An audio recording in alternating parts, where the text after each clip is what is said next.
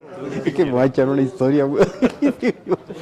Bueno, digo, aquí delante del sobrino iba a decir yo. Yo soy tan viejo como parezco.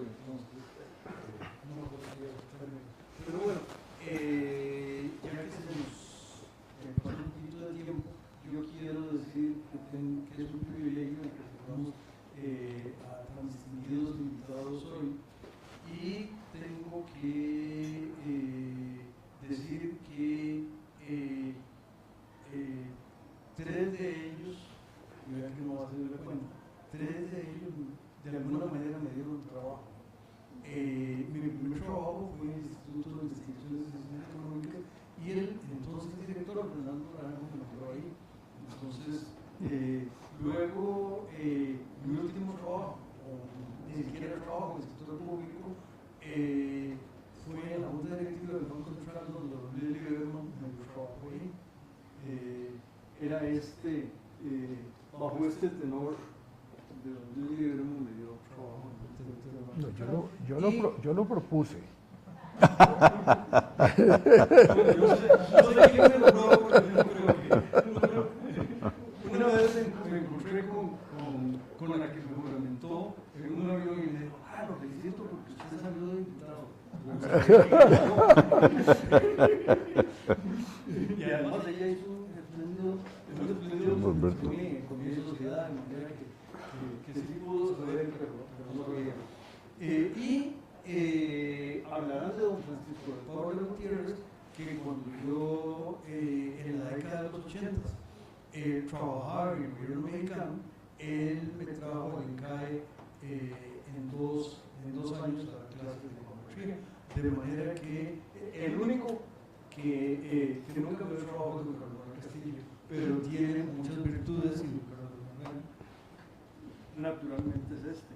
Y ahora estaba revisando el libro y resulta que don Gary Rosenthal, a quien ya no explicaré porque ya hice muy larga la introducción, un ilustre guatemalteco, menciona, agradece que yo le invité a una actividad en este mismo lugar en 1999, de manera que ha llovido algo, pero usted que fue mi primer jefe, ¿cómo me dijo cuál de los dos empezaba? No, Carlos. El que quieran, bueno. No, Carlos. Sentados ahí adelante, ¿verdad? Por favor, sí. Así no. Ah, perdón, sí, cierto. Gracias.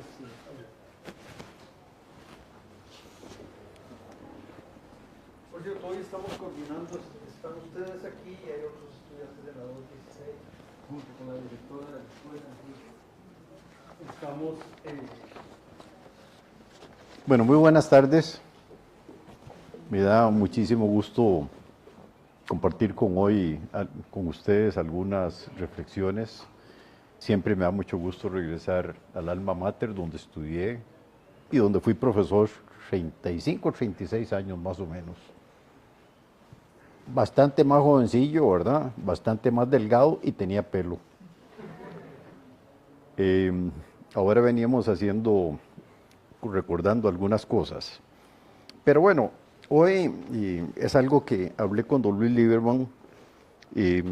Preferimos hacer una presentación tanto de don Carlos Manuel Castillo como don Francisco de Paula Gutiérrez, un tanto informal. Es decir, ustedes en Wikipedia, en Internet, pueden buscar lo que fueron ellos dos, economistas costarricenses, pero a mí me pareció más interesante que habláramos más de la relación personal que tuvimos con ellos, ¿verdad? Y por qué son figuras en el campo económico muy importantes para Costa Rica. Pero antes de empezar a hablar de don Carlos Manuel, a mí me da muchísimo gusto que esté el gran maestro de todos nosotros, incluyo a ustedes, ¿verdad?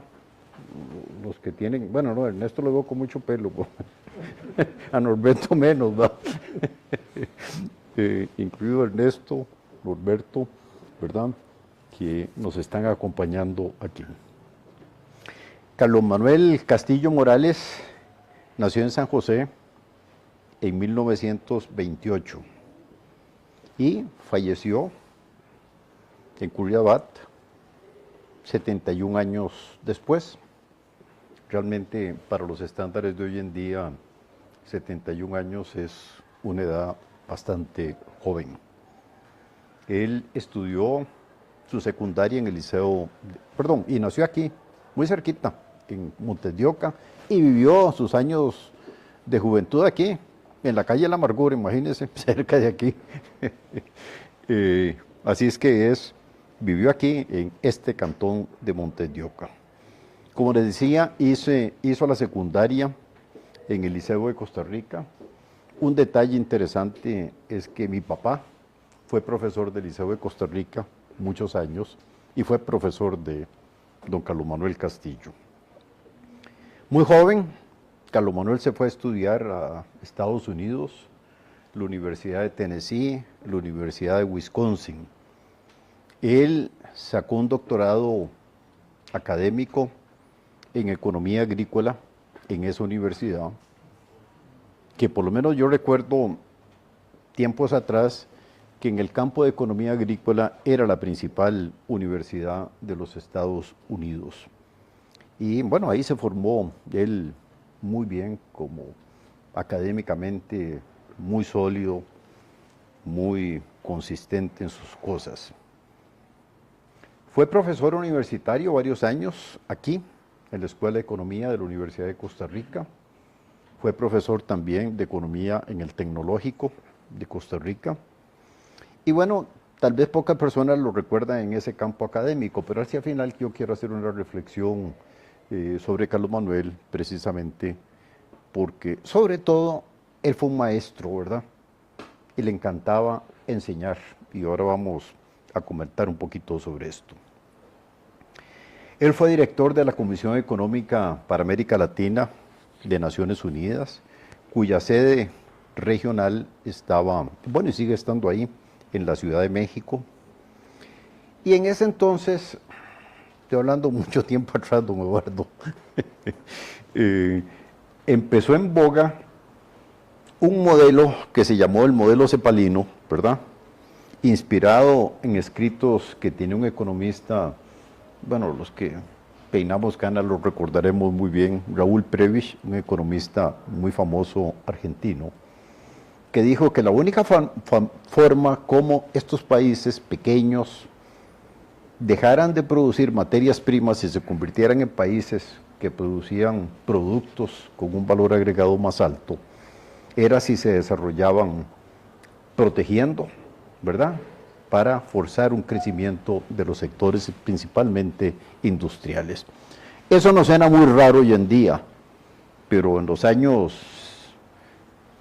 finales de los 50, principios de los 60, era toda una revolución en el campo económico.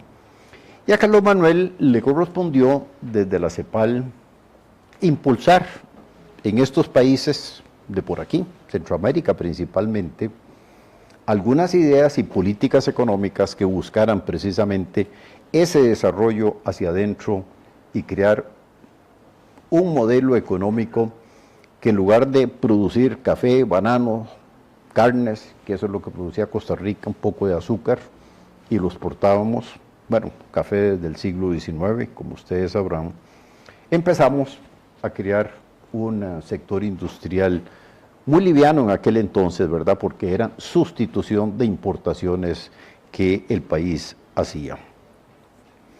Carlos Manuel pasa años después a un organismo internacional que fue muy importante para Centroamérica y que ha venido ahora en los últimos años a menos, ¿verdad?, que es la Secretaría de Integración Económica de Centroamérica, mejor conocida como la SIECA, y que jugó un papel de la mayor relevancia en toda esta región nuestra, porque fue, digamos, el motor que impulsó este cambio en Centroamérica de que nos integráramos económicamente y básicamente era comercialmente.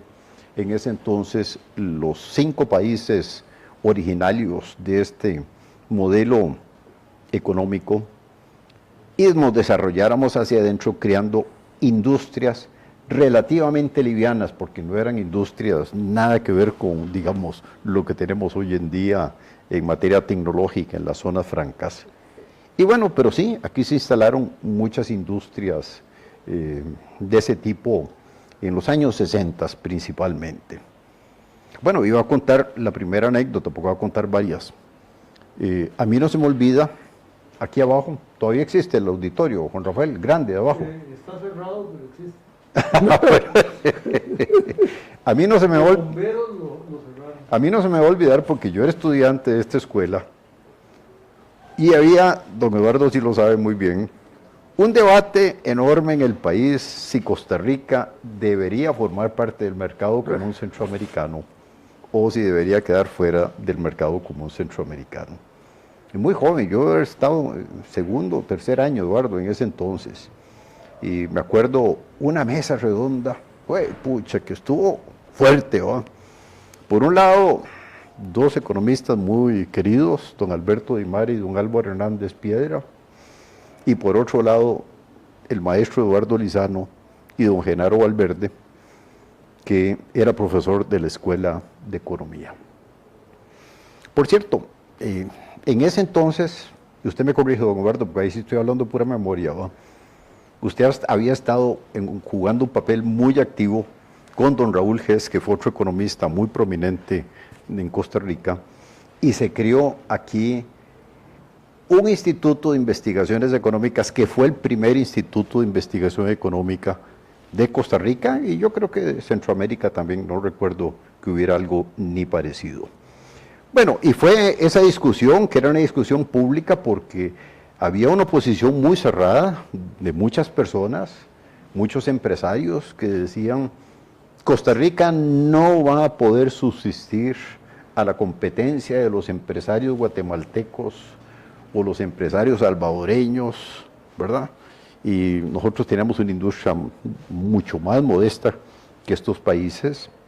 Bueno, pero la experiencia nos ha enseñado en los últimos 20, 25 años, creo yo, que el país que más se desarrolló industrialmente, por mucho en Centroamérica, fue Costa Rica, ¿verdad?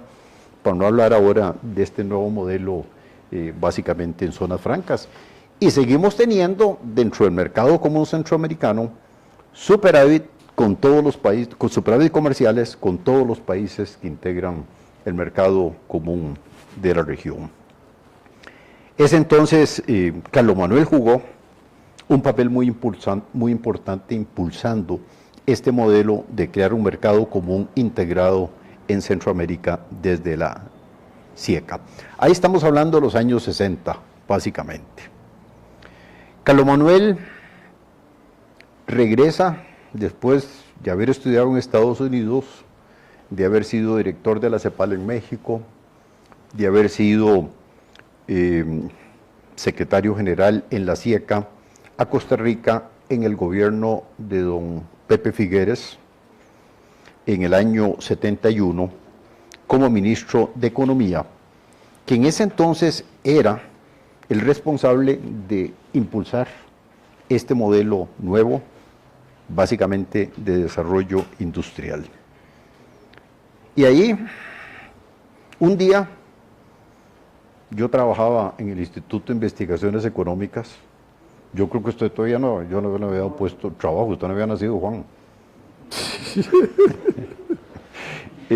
Un día me tocan la puerta y viene la secretaria y me dice, vea, que lo está buscando un señor que dice que es el ministro de Economía. ¿Quién es? Le digo yo.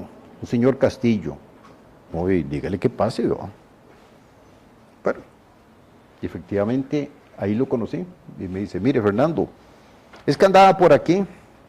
Y entonces se me ocurrió pasar a saludarlo y a conocerlo, porque no nos conocemos. Y me han hablado que usted es un joven economista, ¿verdad? Y me interesaba conocerlo a usted. Bueno, y ahí tuvimos una primera conversación muy animada. Él me contó sus experiencias. Yo le conté lo que estábamos haciendo en ese entonces en el instituto. Y a partir de ahí, estoy hablando de 1971, iniciamos una amistad muy entrañable. Carlos Manuel era bastante mayor que yo, pero muy entrañable, éramos casi como hermanos, ¿verdad? Diría yo, y por varias razones que ahora voy a comentarles, nos tocó trabajar juntos en muy diferentes campos. Carlos Manuel fue vicepresidente de Costa Rica del periodo presidencial de don Daniel Oduber, 1974 a 1978, y fue además el ministro de la presidencia.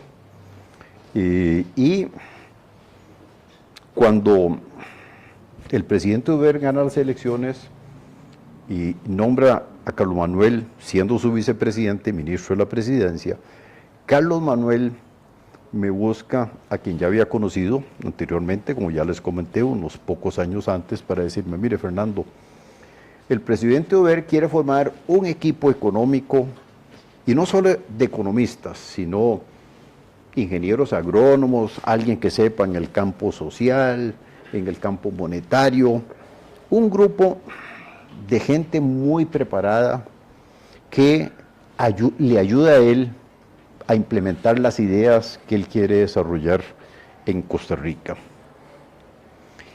Eso formó un grupo en ese ministerio de la presidencia, y a mí me da mucho gusto hoy, bueno, él me encargó a mí de ser el coordinador de ese grupo, pero a mí me da mucho gusto que ahí don Eduardo Lizano fue parte de ese grupo, que jugó un papel muy importante.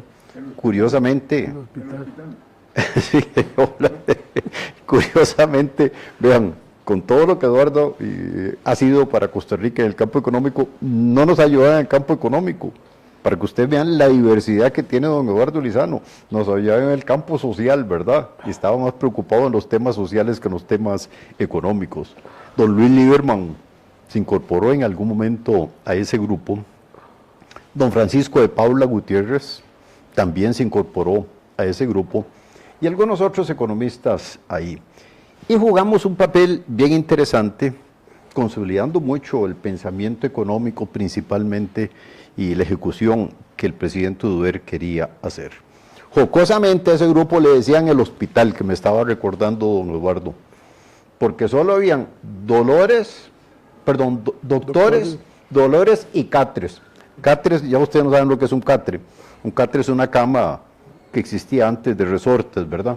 Y catre se decía anteriormente a una gente inútil, entonces era el hospital, porque había solo doctores, muy dolores, porque todos nos creíamos muy buenos, ¿verdad? Y lo mejor. Y catres por los que no servían, que ahí nos metían también. Y bueno, esa fue una experiencia muy linda, sin la menor duda. Don Carlos Castillo fue diputado en la Asamblea Legislativa del año 78 al año 82. Después fue presidente ejecutivo del Banco Central en 2 periodos, en el 82-84 y en el 94-95.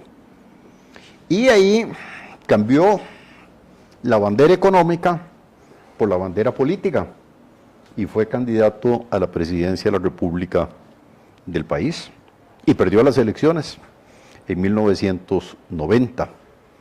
Y bueno, algunos que éramos muy amigos de él, que nos dolió mucho porque era realmente una persona muy valiosa, que hubiera sido muy importante para Costa Rica haberlo tenido a él desde la presidencia de la República. Bueno, ahora voy a contar unas reflexiones interesantes, más anecdóticas que otra cosa. Cuando termina el periodo de un... pero ahorita vamos a hablar del periodo del presidente, el tío tuyo, Ernesto, No, de don Rodrigo Carazo. por parte de madre. Ay, qué condenado. Ernesto Carazo no es familia, estoy yo bromeándolo, del presidente Rodrigo Carazo Odio. Pero, bueno, termina el periodo presidencial don Daniel Oduber, y un día me busca Carlos Manuel y me dice: mire, Fernando, ¿qué piensa hacer usted Yo en ese entonces era presidente ejecutivo de la Caja del Seguro Social, aunque no lo crean, ¿verdad? Pero fui presidente ejecutivo de la Caja del Seguro Social. ¿No lo Y- llevaron a la OIJ? ¿Cómo?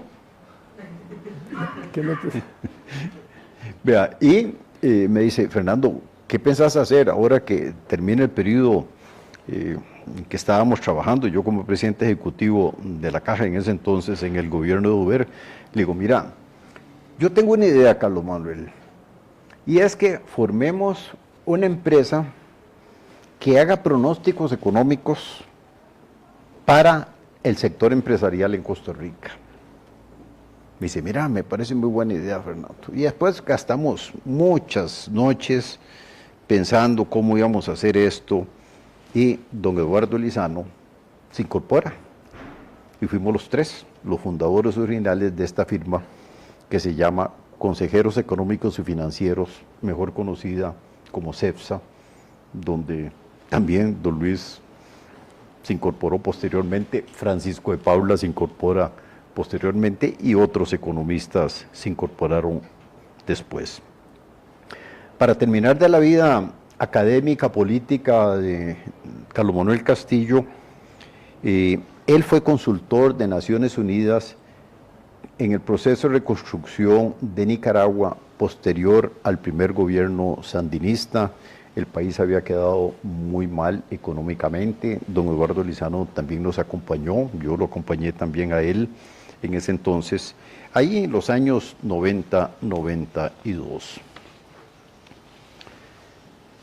Ahora, tal vez ustedes habrán oído o leído que a finales de los años 70, principios de los años 80, Costa Rica vivió una crisis económica que posiblemente, usted me corrige, don Eduardo, por lo menos, yo no sé si a los años 30, la de los años 30 fue peor, ¿verdad?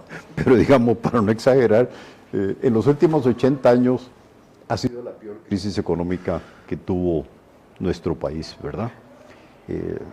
Una caída en el Producto Interno Bruto muy fuerte, una inflación galopante, un tipo de cambio que se salió de control, unas tasas de desempleo que el país nunca había vivido, en fin. Y viene un proceso eleccionario y a don Carlos Manuel Castillo le corresponde, lo nombran presidente ejecutivo del Banco Central.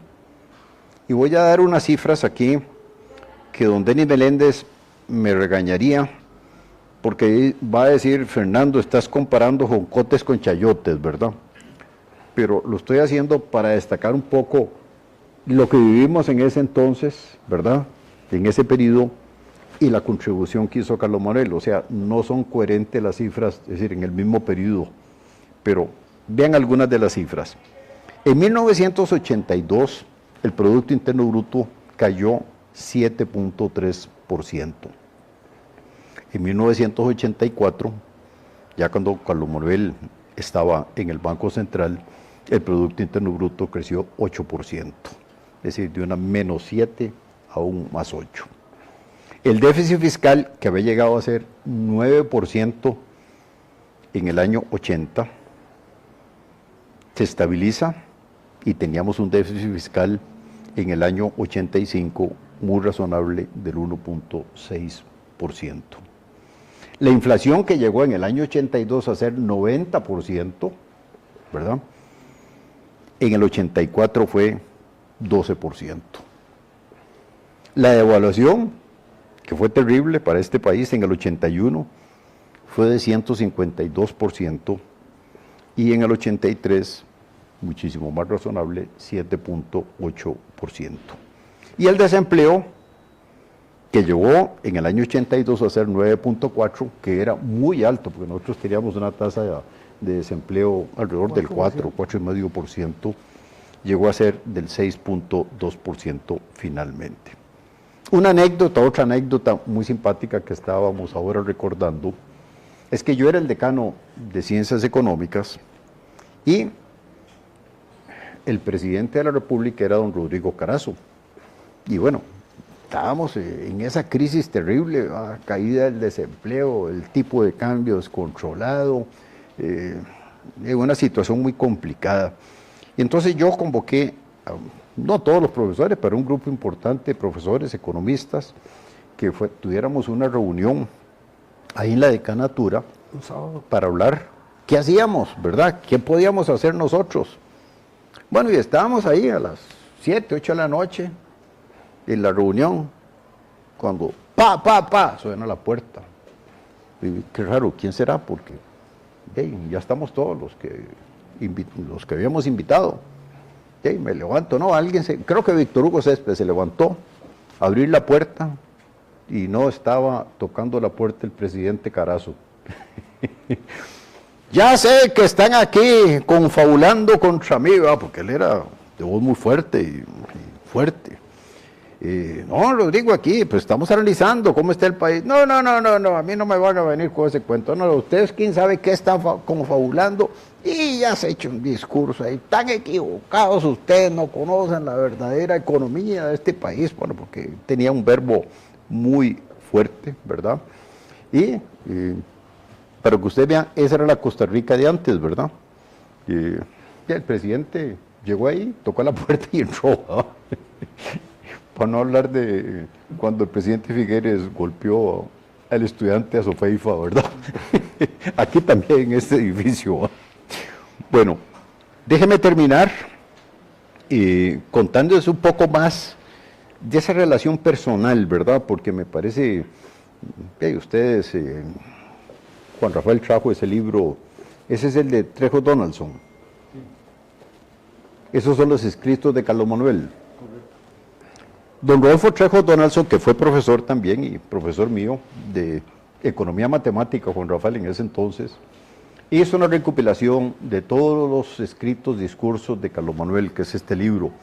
Y como ustedes ven, este es muy denso, ¿verdad? Pero nada más para decir, no vamos a hacer referencia a eso porque no es el caso en estos momentos. Pero Carlos Manuel, déjenme comentarles esto porque vale la pena.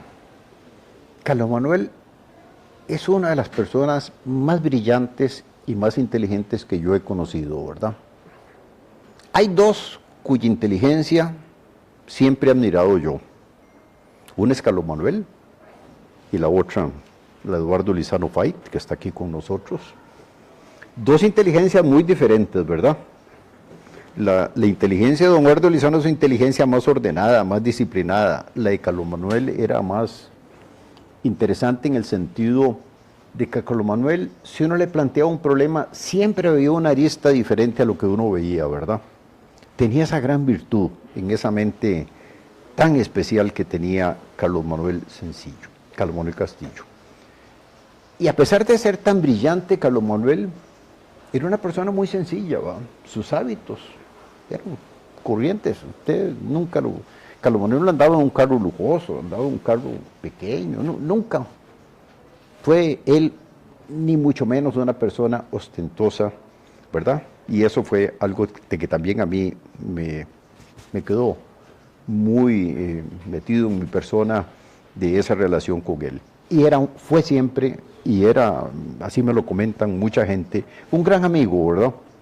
Si él era amigo de uno, era de verdad un amigo de por vida, ¿verdad?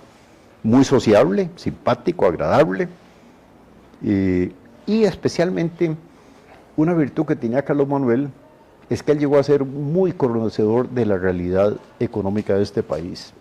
Él podía conocer el problema del pulpero de la esquina en San Pedro y se sentaba igualmente con don Manuel Jiménez de la Guardia, el dueño en ese entonces del periódico La Nación y la cervecería Costa Rica, igualmente a conversar con los dos y a ver cuáles eran los problemas que tenía el pulpero o el problema que tenía el dueño de La Nación y de la cervecería. Y eso fue mucho, ese conocimiento y esas virtudes que él tenía, mucho el éxito que tuvo Carlos Manuel en la función pública, en las diferentes que ya comenté. Era una persona muy receptiva a los consejos. Y Carlos Manuel siempre andaba preguntándole a uno, dame un consejo sobre esto, ¿verdad?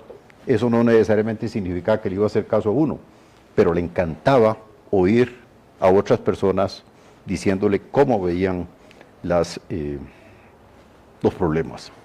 Y fue un gran negociador también, esa fue una virtud que tuvo, digamos, el gobierno de Daniel Oduber en momentos bastante complicados, con un Carlos Manuel muy negociador. Bueno, no hablemos más de la crisis de los 70, ya les dije, fue la peor crisis posiblemente en 80 años o 100 años en este país. Y especialmente, Carlos Manuel fue también una de las personas claves en configurar esta nueva economía de Costa Rica, ¿verdad? Él no tenía ningún empacho de haber sido el gran defensor del modelo cepalino a impulsar un modelo de apertura económica, liberar la cuenta de capitales, liberar la parte comercial libremente, liberar el tipo de cambio, tasas de interés, y mucho en esta línea que hemos estado viviendo los últimos 20 años en Costa Rica. Yo creo que si Carlos Manuel estuviera hoy vivo, sería un gran defensor de este modelo nuevo económico, para bien o para mal, que nos ha llevado a que Costa Rica sea hoy lo que tenemos en nuestro país. Pero como les decía, Carlos Manuel fue sobre todo un gran maestro, aunque quizás no tuvo una carrera académica de profesor universitario como algunos de nosotros. Fue un gran maestro porque le encantaba enseñar y venía a la universidad. Yo me recuerdo, nuestra oficina es aquí en San Pedro, Carlos Manuel corriendo a las 11 de la mañana porque tenía que venir a dar clases de economía aquí a la universidad, y lo recuerdo muy bien. Un Carlos Manuel en las primeras reuniones con empresarios que tuvimos en CEFSA, cuando fundamos en los años 80 la empresa, Carlos Manuel le encantaba expresar su pensamiento a la gente y transmitir su pensamiento a la gente. Por eso les digo, fue un maestro por excelencia, y a mí me da muchísimo gusto hoy compartir con ustedes, aunque sea de una manera informal, pero me pareció más agradable estas impresiones y el rol que jugó Carlos Manuel en la vida de este país, que tal vez sonará un poco exagerado, pero fue el salvador o el líder de este proceso de recuperar este país de la peor crisis económica que hemos tenido. Bueno, muchísimas gracias a todas y a todos por ponerme atención, y un poquito para que recuerden a Carlos Manuel Castillo Morales. Muchas gracias, mi maestro, y le pediría al vicepresidente en Estados Unidos No, hombre, no, está loco. Por dicha no. Buenas tardes. Yo sé que no se acostumbra, pero déjame dos eventos muy importantes antes de entrar a hablar de Francisco, de Carlos Manuel. Cuando entra al Banco Central, el país había entrado en una cesación total de pagos. Aquí no había $1 para nada. Me acuerdo un día llego al Banco Central y el Olivier Castro me saca una hojita. Dice, estas son las cuentas del Banco Central en el extranjero. Todas están en rojo. No hay $1 para pagar nada.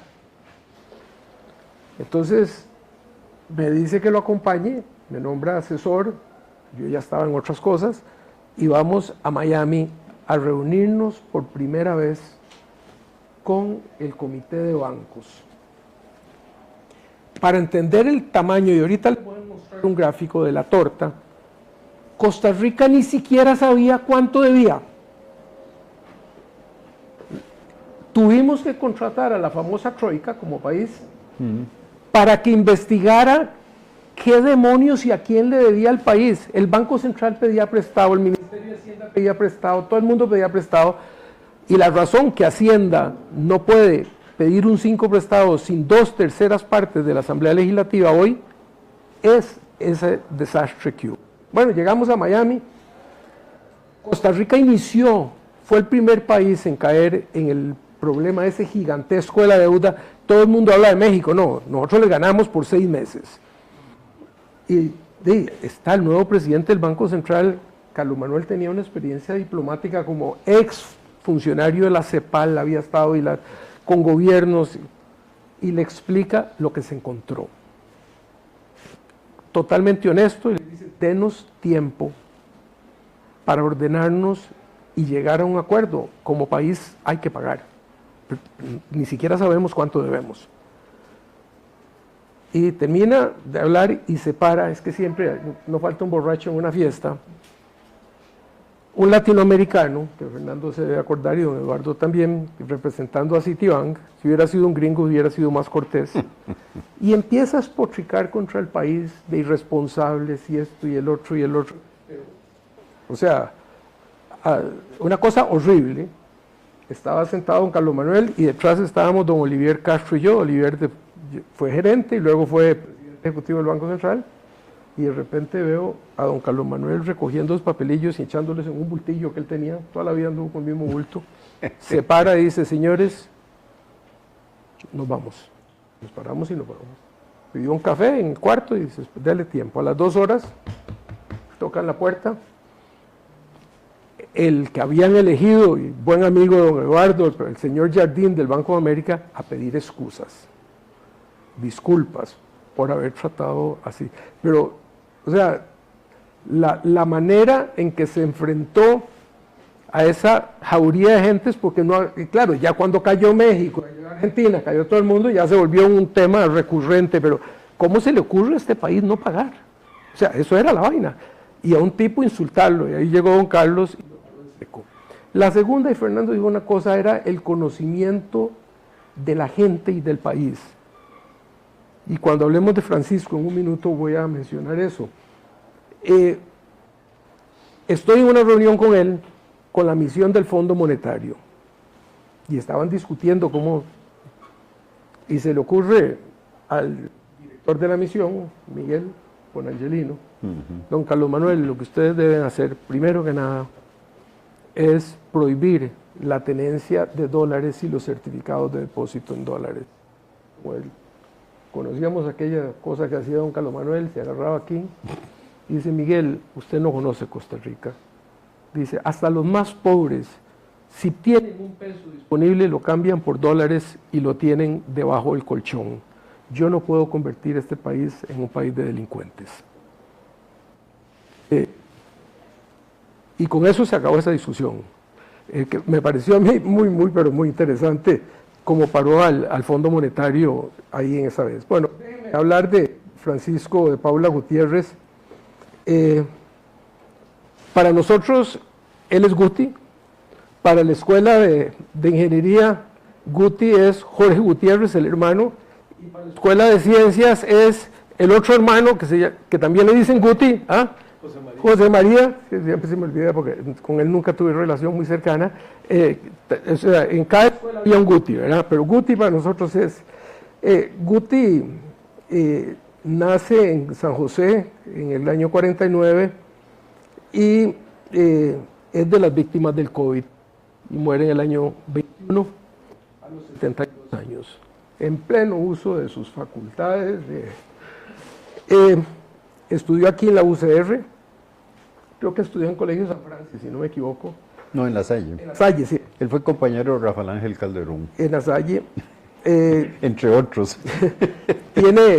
Saca su bachillerato en Economía en el 72 y en 1978, cuando saca su maestría en Pensilvania, le dan la licenciatura aquí también de rebote.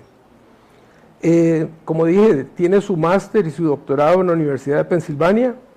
Estudió con 1 o 2 premios Nobel, extraordinario estudiante, fue investigador en el Instituto de Ciencias Económicas, trabajó 1 año en el BESIE, me imagino que a esa edad cualquiera va a Tegucigalpa, pero ya mayor que eso no. Eso no es un premio, eso es una...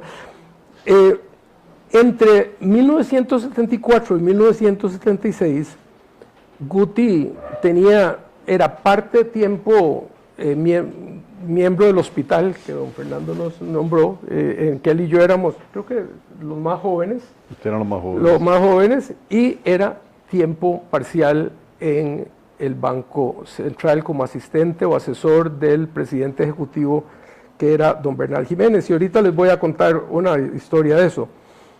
Fue profesor en la Universidad de Costa Rica de 1972 hasta el 85, y desde el 86 hasta el 2021 fue profesor en el INCAE. A Juan Rafael lo conoció también en México cuando Guti era asociado de Wharton Econometrics, que iba constantemente a México, y fue ministro de Hacienda en los últimos 2 años del gobierno de José María Figueres, y ya les voy a contar los enredos en que estaba metido el país, del 96 al 98, y presidente del Central del 2002 al 2010, que ha sido el presidente ejecutivo que más años seguidos ha estado. Don Eduardo fue más años presidente del Banco Central, pero en 2 ocasiones. Y en CEFSA, desde el año 84 hasta el 2021, con las vacaciones de cada vez. Guti y yo entramos 3 meses después de que se fundó CEFSA, que nos llamó Fernando, Eduardo y don Carlos Manuel Castillo, y nosotros éramos los carajillos del grupo. Es muy interesante. Pero es interesante que como economista, profesor, que esa fue la vida de Guti, él estuvo muy ligado al sector privado en muchas juntas directivas, y ahorita les digo al final por qué eso es tan importante. Banco Fomento Agrícola fue miembro de la junta directiva, Banco Cofisa, bueno, Banco Cofisa se hizo Banco de Fomento Agrícola, él estuvo en esa junta directiva, era directivo del Grupo Financiero Sama, en el sector industrial estuvo en productos de concreto, en Ricalit, la Industria Nacional de Cemento y Atlas Eléctrica, o sea, tuvo una experiencia desde cemento hasta hacer cocinas y refrigeradoras, en instituciones sin fines de lucro, en Acorde y Fundes, que son 2 entidades interesantes. En la prensa, junto con don Eduardo, Guti y yo y otro amigo más fundamos El Financiero, y fuimos miembros de esa directiva hace muchos años, y después pasamos a ser parte de La Nación, y después ya nos salimos. Y en el sector público, obviamente, Banco Central, CONACYF, Consejo Monetario, el Fondo Latinoamericano de Reservas, fue miembro de la directiva, de la Corporación Andina de Fomentos, del Consejo Nacional de Concesiones, o sea, estuvo en muchas cosas. Mi relación con Guti, hay que entender, Guti nos llevaba 2 cabezas a nosotros, ¿verdad? Medía 1,80 metros y pico, ¿verdad? Un hombrón.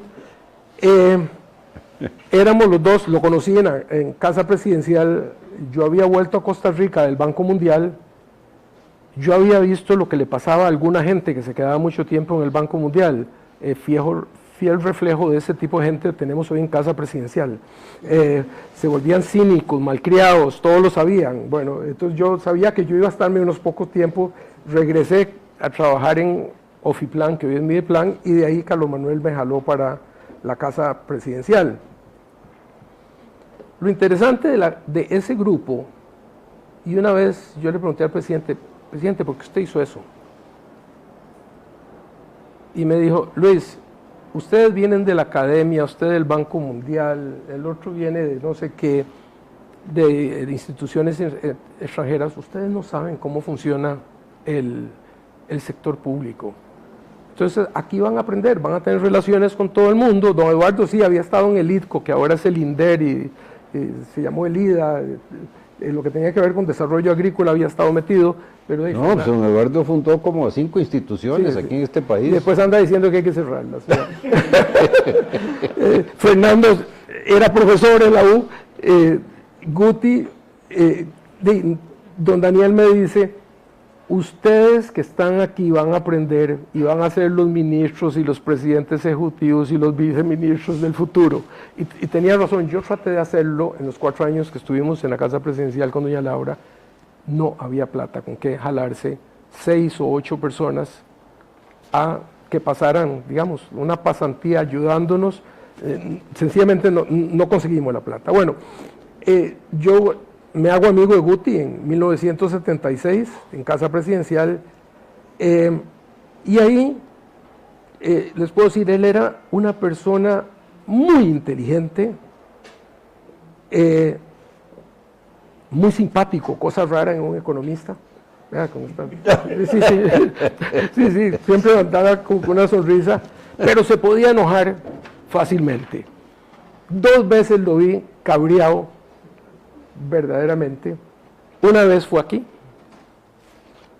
Llega con un doctorado de la Universidad de Pensilvania a la Universidad de Costa Rica, su alma mater, a volver, y me dice, ¿ya empezaste? Me dice, vos sabés que voy a ganar menos que el jefe de conserjes de la facultad de la universidad, pero menos no era, era mucho menos. Dice, esto es una barbaridad, y dice, cabreado, y al final de cuentas eso fue, esa cabreazón le duró hasta que se fue para el INCAE, porque dice, ¿cómo va a ser que un conserje debe ganar bien, pero va a ganar más que un profesor con un doctorado?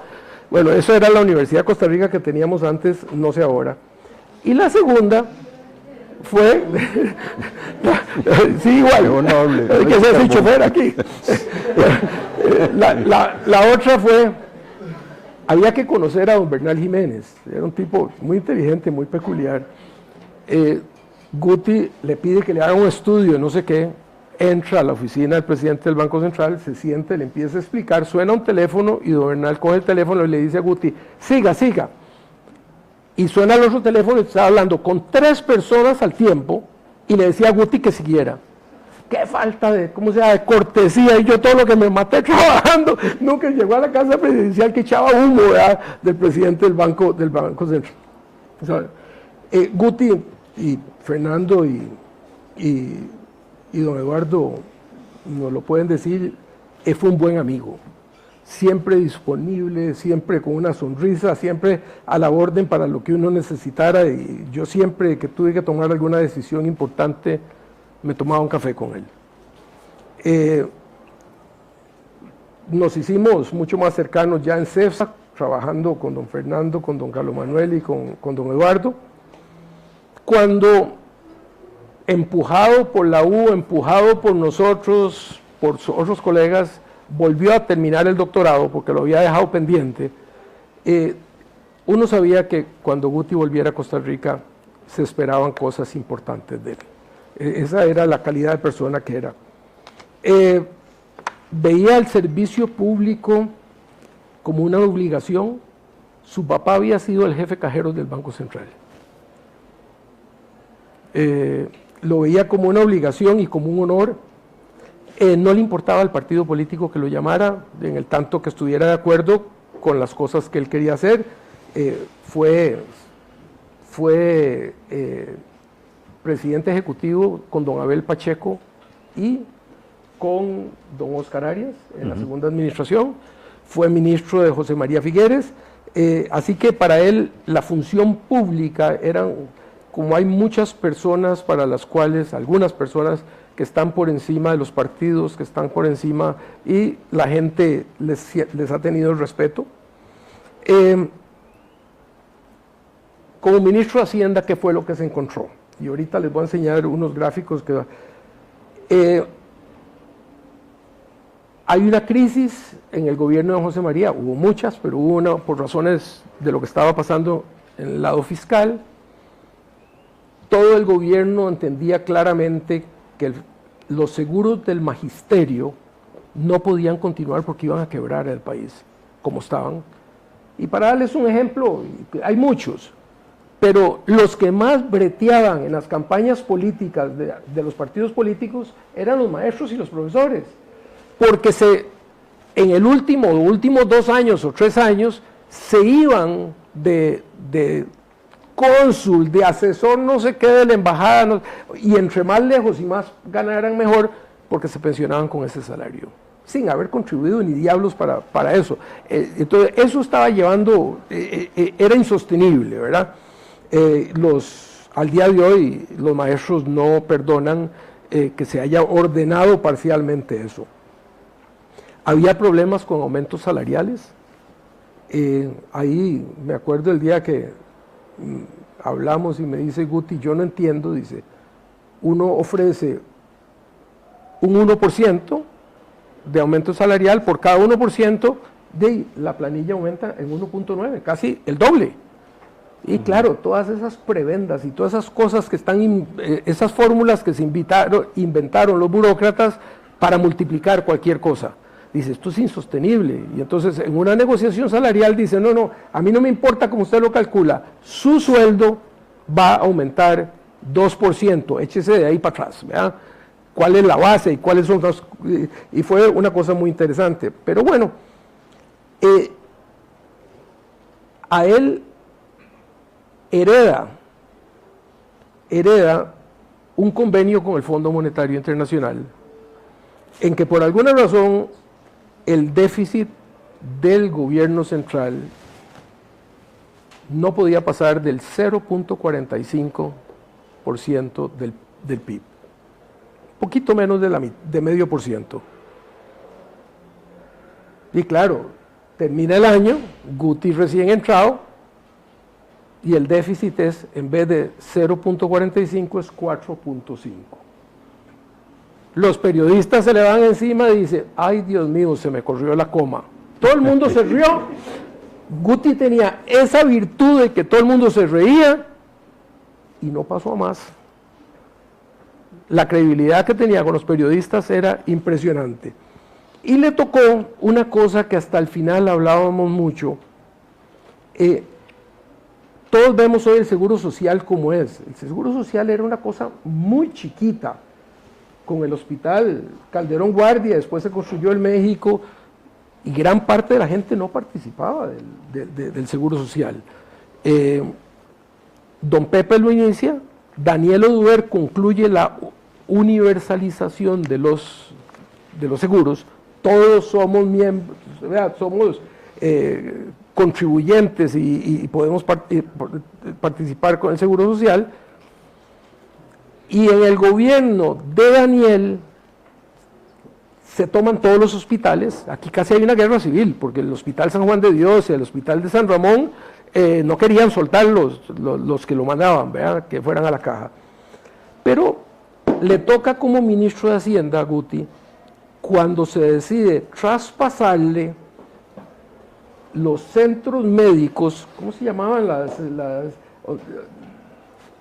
y los convierten en EVAIS, ¿ok? Pero les dice a la caja, eso ya se los pasaron, yo pago un año los gastos, y de ahí en adelante es problema de la caja, porque todo el mundo está asegurado. Bueno, 40 años después no hemos resuelto ese problema, para que entendamos, a ustedes les va a tocar en algún momento resolverlo. 40 años después no hemos resuelto ese problema. Esas facturas que manda la caja y todo eso, bueno, ahí eso es parte de eso. Bueno, si me permite, me pone la primera para enseñarles, es que nadie, yo quisiera, déjenme ponerme de pie, enseñarles, esta es la historia de la inflación en Costa Rica. ¿Tenés el pointer? Eso, qué dicha. Okay. Esta es la historia desde el año 52 hasta el 2023, creo que es. Gracias al doctor Rodrigo Bolaños, expresidente del Banco Central, que me lo hizo llegar. Si ustedes ven en los años 50, 60, hasta el año 72 más o menos, la inflación de Costa Rica, con mucho más volatilidad, era la inflación de Estados Unidos. Por ahí andábamos, no andábamos muy por encima de nada. En el año 73, la celeste, la línea celeste es Costa Rica, la roja es Estados Unidos. Se viene este brinco en la inflación, verdaderamente no solo Estados Unidos, internacional, que fue el boicot de los países árabes con el petróleo, que el petróleo se fue de $3 a no me acuerdo cuánto. Yo vivía en Washington y el sábado en la mañana, uno a las 5 de la mañana cogía el carro para ponerse en la cola para conseguir combustible, ¿verdad? Bueno, cuando a Estados Unidos le da un resfrío, a Costa Rica le da pulmonía. Vean el brinco que pasamos ahí. Se nos viene una época posteriormente en que la inflación aún en Estados Unidos va subiendo de manera importante Y cuando el señor Volcker coge el Banco Central de Estados Unidos, ese era 2 cabezas todavía más alto que Guti. Yo creo que le tenían miedo. La tasa prime en Estados Unidos llegó al 18%. El gobierno de Estados Unidos colocaba bonos al 18%, para parar la inflación de un solo golpe. Pero a nosotros se nos viene el problema aquí, de lo que explicó Fernando con Carazo. Nos explota el tipo de cambio, solo para que lo pongan en contexto, de 8.60 a 65 colones, ¿ok?, en 60 días. Todo el mundo estaba quebrado. O sea, eso es una evaluación, lo demás son juegos. Bueno, lo que pasa, y esto es lo que explicaba Fernando, esto es lo que se encuentra Carlos Manuel Castillo cuando entra al Banco Central. Posteriormente va bajando, y si vemos esta, y después hablamos un poquito de esto, a partir del año 83, por el trabajo que hizo don Carlos, por el trabajo que hizo don Eduardo, se logró ir bajando la inflación con una gran inestabilidad, y es hasta hace un poco tiempo en que estamos más o menos de vuelta a los niveles de la inflación de los Estados Unidos. Pero, o sea, esto es un periodo muy largo en que la inflación brinca por todo lado, y hay que entender entonces, cuando llega Francisco en el 2002, que es aquí, vamos a ver, 2002 es aquí, llega al Banco Central, después de haber tenido un acomodo que se hizo, y ya les voy a explicar con una idea que creo que don Eduardo fue el que la trabajó, que manejábamos el tipo de cambio como el diferencial entre la inflación de Costa Rica y la inflación externa. Se llamaban las mini devaluaciones, o sea, todos sabíamos para dónde iba el tipo de cambio. Guti optó por salirse pensando en el largo plazo. Y dijo una cosa en un paper muy interesante que me pasó don Eduardo, dice: los costarricenses tenemos dificultad para adoptar decisiones importantes. Preferimos, como lo he dicho reiteradamente don Eduardo Lizano, seguir con el nadadito de perro. Todo el mundo estaba contento, pero la inflación era muy alta. Y entonces Guti identifica 3 graves problemas en la economía costarricense. Una primera, que son las finanzas públicas, un déficit que andaba por el 5 y pico del PIB, y en que parte de la discusión nacional dice, algunos decían, pero ¿qué importa? El Banco Central, el gobierno puede seguir pidiendo prestado. Le va a costar un poquito más caro, decía la gente. Dice, no, dice Guti, hay un momento en que la gente le deja de prestar al gobierno. Eso sucedió en la época que don Carlos Manuel agarró el Banco Central, y la época terrible que le tocó a don Eduardo y a Fernando renegociar la deuda externa de Costa Rica. Por no sé cuánto tiempo estuvieron en eso. El segundo gran desequilibrio que tenía esta economía tenía que ver con el déficit externo, un déficit en la cuenta corriente de la balanza de pagos, eso es bienes y servicios, ¿verdad? El déficit que hay en bienes y servicios importados y exportados de por encima del 5%. Y lo que decía Francisco, el problema es cómo enfrentamos las perturbaciones de afuera, cambios en los términos de intercambio, ¿qué vamos a hacer? ¿Volver a tirar el tipo de cambio? ¿Cuáles son los efectos de una gran devaluación? ¿Cómo empobrecen a la gente? Esa era la segunda. Y la tercera, que seguimos discutiéndola hoy, es la dolarización de las carteras de inversiones y de préstamos en el sistema bancario, en el sistema financiero. Y todo eso hacía más difícil la labor del Banco Central. Y entonces propuso varias cosas que no las hemos podido llevar a cabo. limpiar el gobierno de las finanzas del gobierno con un superávit primario del 2,5%. Espero que ustedes sepan qué es el superávit primario. Hoy estamos en ¿qué, Fernando? Menos del 1, Sí. después de un gran esfuerzo. Pero lo que decía Guti es que hay un problema muy serio con la calidad del gasto, que la seguimos teniendo. Que la calidad del gasto es en qué gastamos, cómo lo gastamos. La gente está recibiendo los servicios por los que está pagando. O sea, pagamos impuestos no para contratar gente, pagamos impuestos para que haya educación, para que haya seguridad, para que haya carreteras, ¿cierto? Esa es la única razón de pagar impuestos, si no, no tiene sentido. Y entonces lo que se cuestiona una y otra vez es, ¿necesitamos gastar todas esas cosas en las que estamos gastando o mal gastando la plata? La segunda cosa que él insistía era que había que reducir la inflación, que la inflación es el impuesto más regresivo que hay. Estudien hoy en día los componentes del índice de precios al consumidor y van a ver que lo que más está creciendo es lo que más consumen los 2 quintiles más bajos de la población, más bajos en ingresos, la gente más pobre. Entonces, la inflación era una mala palabra para Francisco, en un momento en que el Banco Central era uno de los creadores de la inflación. Es que, imagínense, un Banco Central con pérdidas, Costa Rica y Cuba, creo que eran los únicos 2 en el mundo, había otro más de Costa Rica.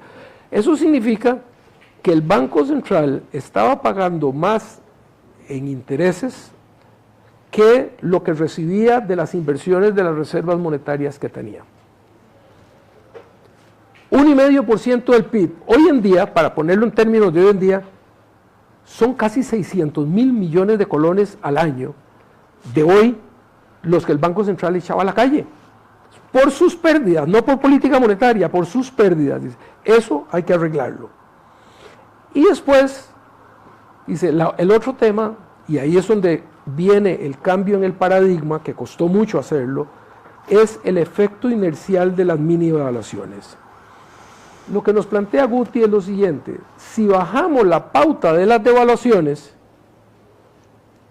se va a sobrevalorar el colón y vamos a ser mucho menos competitivos. Entonces, para salir de eso, para bajar la pauta de devaluación, tenemos que bajar la inflación.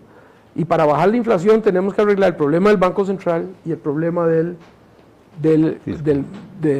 gobierno central. En octubre del 2006, ya en el segundo gobierno en que estaba el presidente, decide abandonar las mini devaluaciones. Y les voy a leer lo que escribe Guti sobre eso. Dice, el Banco Central decidió migrar y no brincar a un esquema de metas de inflación. El Banco Central consideró con razón y prudencia que una transición de un sistema como el de mini devaluaciones, a donde los agentes económicos tenían la relativa certeza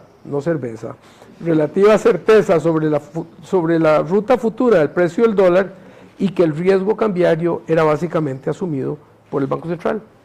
Entonces, tenemos que bajarnos de ahí. ¿Cómo nos bajamos de ahí? Esa era el tema importante, hacerlo de una sola vez o ir haciéndolo poco a poco. ¿Por qué aboga por esto? De salirnos del sistema de mini evaluaciones, que el sistema de mini evaluaciones es un sistema particular de tipo de cambio fijo, porque el Banco Central lo va fijando, y estamos embrocados en la famosa Trinidad imposible, que me imagino que ustedes ya saben de qué se trata, que usted no puede tener un tipo de cambio relativamente fijo, la cuenta capital abierta y una política monetaria independiente. Alguna de esas no funciona, ¿verdad?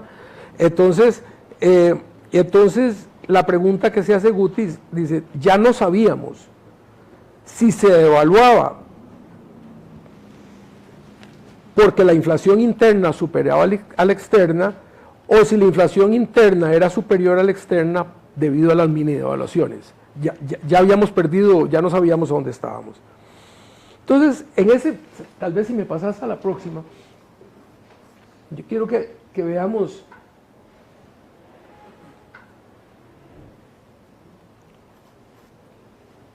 no pasó aquí, ya pasó.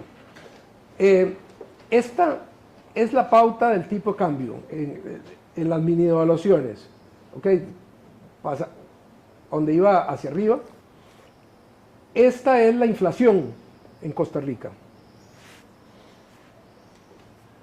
Cuando se fijan, se cambia en octubre del 2006 al sistema de bandas, había una manera que se calculaba la banda superior y la banda inferior del movimiento del tipo de cambio. ¿Qué significa la banda inferior? Si se vendían dólares que iban a bajar el precio por debajo de ese tipo de cambio del piso, el Banco Central los compraba.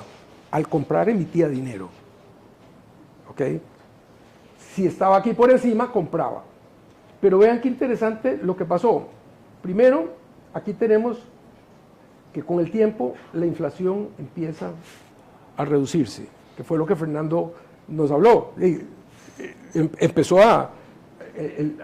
La gente empezó a agarrar confianza y se empezaron a calcular desde creo que en el 2005 el Banco Central empezó a hacer una encuesta de cuáles son las expectativas de inflación.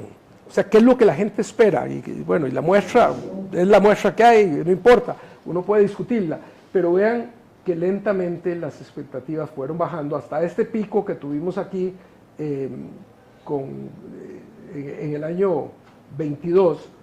Pero si vemos que el sistema hizo lo que Guti quería que se diera, era que lentamente la inflación nuestra fuera alcanzando a la inflación internacional.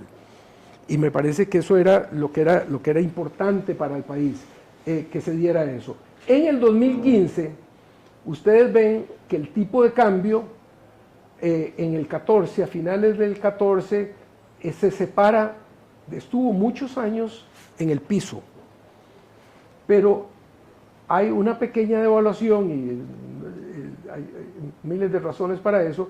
En el momento que se separa del piso es cuando don Olivier Castro dice estamos listos para abandonar las bandas.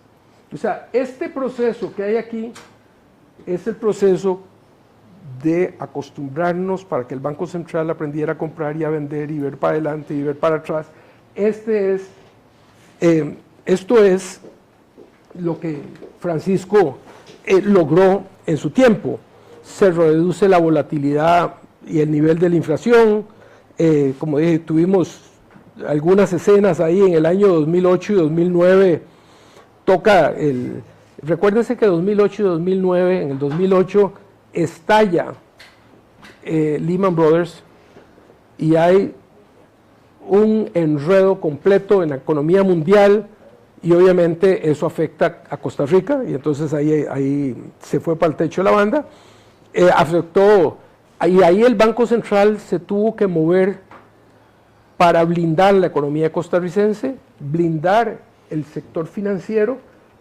O sea, si ustedes creen que una crisis de tipo de cambio es fregada, una crisis bancaria es 1929 otra vez. Cuando estalla Lehman Brothers, el gobierno americano se mueve a rescatar los bancos que no hubiese más antes de que tuvieran un 1929 en sus manos otra vez. Reparar el daño causado por una crisis financiera es dificilísimo. Bueno, y entonces esto es lo que logra con mucho esfuerzo desde el punto de vista el efecto que tuvo sobre la economía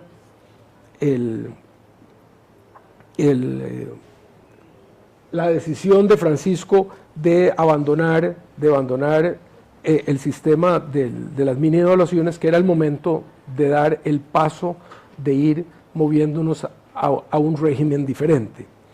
Quiero terminar diciendo las siguientes cosas. Guti era un increíble comunicador. Era la facilidad que él tenía para explicar en palabras sencillas problemas muy complejos. Los que fueron estudiantes de él, tanto aquí como en el INCAE, saben que era un profesor fuera de serie. Y llevó eso a la función pública. Afortunadamente, yo en esa época era gerente de uno de los bancos grandes de aquí, y iba mucho al Banco Central, pero estando Guti ahí, yo no acepté, por la amistad, ser presidente de la asociación bancaria, porque me parecía que no. Y siempre los compañeros nos decían, dice, Guti nos escucha, decían, se tira un par de chiles, de chistes, hace un par de preguntas difíciles, nos dice que lo va a estudiar y hace lo que le da la gana. Pero salimos contentos porque el hombre era como era. Para abandonar el esquema con el cual los costarricenses nos habíamos acostumbrado, y como él criticó, lo difícil que es dar pasos en Costa Rica importantes, era necesario explicarle a todos los sectores qué era lo que se estaba haciendo. Otro maestro de explicar lo que estaba haciendo, aquí está don Eduardo, había que reunirse con todo el mundo, con los sectores económicos, con el sector financiero, con los sectores sociales. No había foro a donde le pusieran un micrófono que Guti no asistiera para convencer a la gente de para dónde íbamos. ¿Y por qué era importante esto? Porque es importante entender cómo el otro lado, no el que está haciendo la política económica, cómo lo están viendo, cómo van a reaccionar a eso. Entonces ustedes pueden estudiar todas las matemáticas y hacer los modelos más sofisticados, y eso es importante. Pero si no entienden, porque no es en un vacío que se hace política económica, es que hay los receptores de esa política, ¿cómo la están viendo? ¿Cómo los convenzo de que están equivocados o que sí entienden lo que...? Eso fue la gran virtud que tuvo Guti en poder hacer esos cambios. De veras que hay que entender esa facilidad que va más allá, porque como el que más... Juan Rafael conoce muy bien lo que sabía Guti de economía matemáticas y de econometría y todas esas cosas. Todo eso está muy bien. Pero si usted no puede explicar y no puede entender quién está al otro lado, quédese haciendo modelos económicos en la U o en el instituto, pero no se meta a, ¿cómo se llama?, a hacer política pública, porque ahí son seres humanos los que hay dentro, hay empresas que están tomando decisiones sobre la base de lo que usted dice. Y esa fue la gran virtud que tenía Francisco, aparte de su solidez como economista, el poder transmitir este cambio, que fue cambiar 22 años de historia económica, que fue un cambio importantísimo, que tenemos que, cuando se empezó lo de las mini evaluaciones, la gente se tranquilizó. A algún precio yo iba a conseguir dólares para poder importar la materia prima de mi fábrica o lo que fuere. Eso fue, eso le tocó hacerlo a don Eduardo. El paso que siguió le tocó hacerlo a Francisco. Pudo haberlo no hecho. Pudo haber seguido con el nadadito perro por los 8 años que estuvo ahí.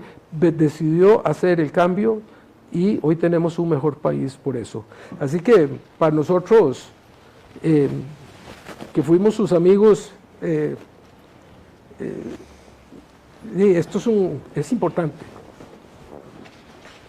Es importante que hay gente que no son solo buenos profesionales, sino que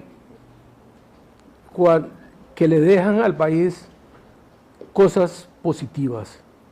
La honestidad de Guti, su ética, su amistad, eran impresionantes. ¿Me permite un momentico? Es que también... Por supuesto, a mi maestro, ¿qué le voy a decir? Dos comentarios complementarios a lo de Luis. Yo venía recién graduado de Pensilvania, ¿verdad? Juan Rafael debe acordarse de eso. Y Guti estaba en el último año de economía, quinto año.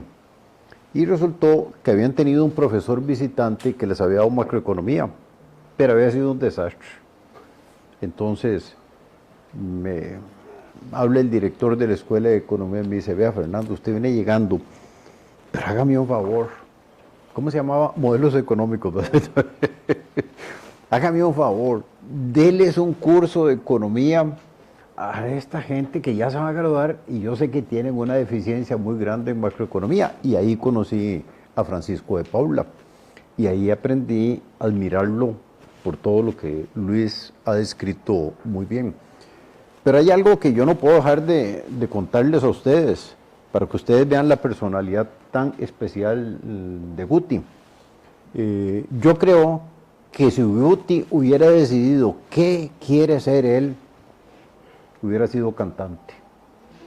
Esa fue la gran frustración de Guti. Y lo que le encantaba era cantar tangos, ¿verdad? Y le encantaba, en ese entonces había unos barcitos ahí en el centro de San José, donde habían, Ernesto está gozando, seguro iba mucho ahí, ¿verdad? Donde habían unos artistas, bueno, en ese entonces chilenos, pero cantaban mucha música chilena y música argentina, y Guti le fascinaba ir ahí a cantar, ¿verdad?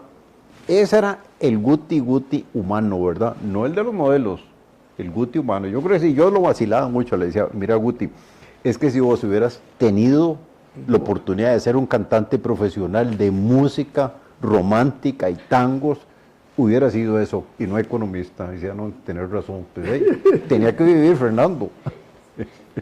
Ese era el Guti. Tenía una persona muy, muy versátil realmente. Me parece importante, y ustedes que están empezando sus carreras, pero que no se dediquen al tango. No, que si tienen oportunidades como las tuvo Guti de estar, digamos, en empresas fuera de gobierno también, para entender cómo funciona el mundo y tener contactos, ese fue todo ese montón de juntas directivas que le leí, se las leí sencillamente porque eso le ayudó a entender cómo ven desde el otro lado. Imagínense ustedes lo que es ser directivo de un puesto de bolsa en el mare magnum, aquel que teníamos en la época posterior a Carazo. Él entendía cómo funcionaban esos muchachos que están en la bolsa. Entonces, esa parte de tener contactos fuera del sector público, de tener contactos con los que se pueda hablar, a mí me parece que fue algo que fue construyendo él a través del tiempo y que le ayudó muchísimo a tener el éxito que tuvo como presidente del Banco Central. Espléndido, pero son las 4:30. Sí, ya lo vamos. Tiene una pregunta urgentísima, hágala por favor.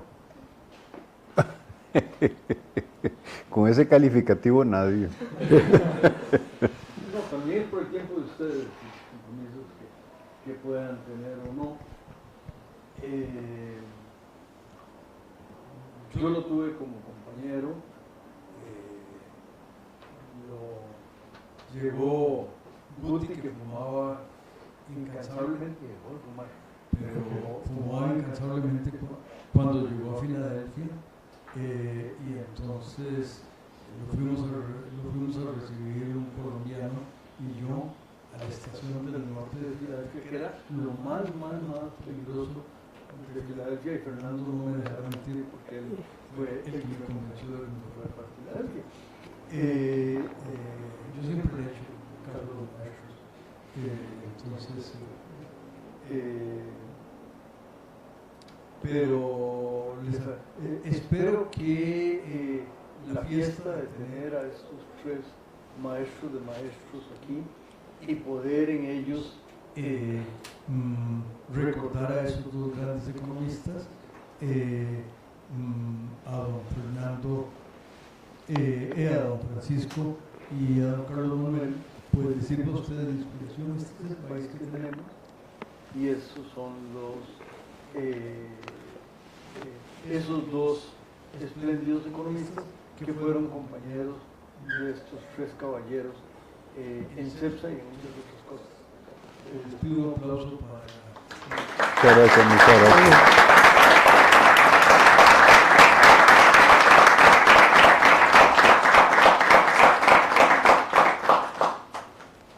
Muchas gracias y nos vemos con don Fausto Hernández en el mes de octubre.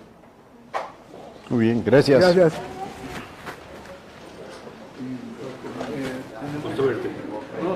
Cuídate, Ernesto. Ya sabes, por parte de madre es la cosa. No te necesitas conmigo.